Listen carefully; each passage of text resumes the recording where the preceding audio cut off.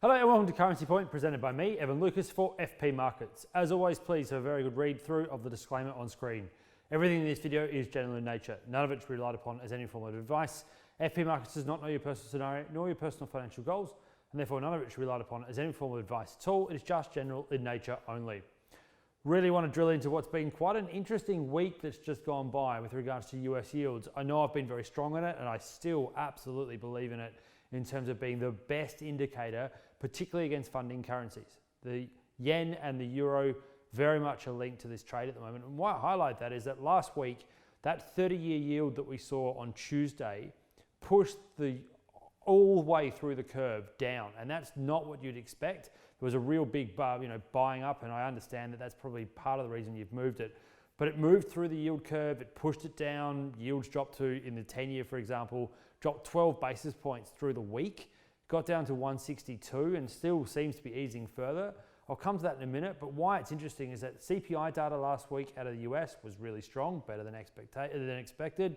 If you also then have a look, there were some risk events, which the fact that the US COVID recovery story may have hit a bit of a snag with the fact that the CDC and FDA banned the Johnson & Johnson, and that's what it is. It's not just a suspension. They did ban it in terms of what's going on with their COVID vaccination program. And then all of that feeds into the idea that inflation is still, with all the activity we got from specific states, Empire State, Michigan, etc., showing that things are certainly ramping up, even with that interruption from the CDC. That 2% inflation and a 2% yield on the 10-year is still probably the likelihood scenario. So it was interesting to see that bond yield movement went backwards because of the sale. I have sort of looked at it from the point of view that maybe if you look at the longer end of the curve, a lot of it's trading at below face value. So if you look at the discounted model in that and put the yields to it, some would argue it's actually there. It's actually at 2%, and that's an attraction, and maybe that we're going to see a bit of an ease, not surprising, buying back into US bonds in terms of what's been going on. So all of that probably explains the interim movements. So that's where we get to those funding currencies. Have a look at what's happened dollar yen. It's one of my favorites at the moment. Tested 110 at the start of the week, back. Still think the range that we have got is correct. I still believe 107 to 114 is likely. And I think if you're pushing towards the bottom end of that range and those dips come, I think that's a buying opportunity, because I still think the US 10-year, as we go through the second quarter, just can't keep looking through the data the US is going to give you, even though the Fed is telling the other story, and I know that. I just feel it wants to keep pushing up, and that's the one to watch. On the other side, it's the euro. The euro's also got some quite interesting scenarios.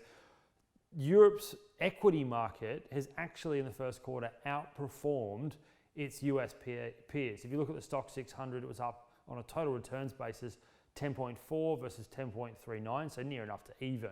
But why that's interesting is the fact that Europe's handling of COVID has been atrocious.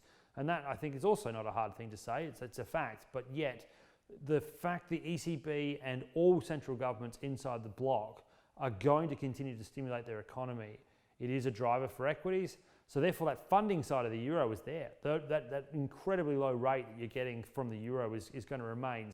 So if we look at the euro dollar in terms of where it sits, it's pushed back up a bit, which was quite interesting in terms of where it is. It's pushing back towards 120. And that's in itself probably at the top end of the range that we believe it'll be, which is 114 to 121 in the second quarter. And like euro dollar, those upticks are probably a possible short opportunities to push it back down towards 117.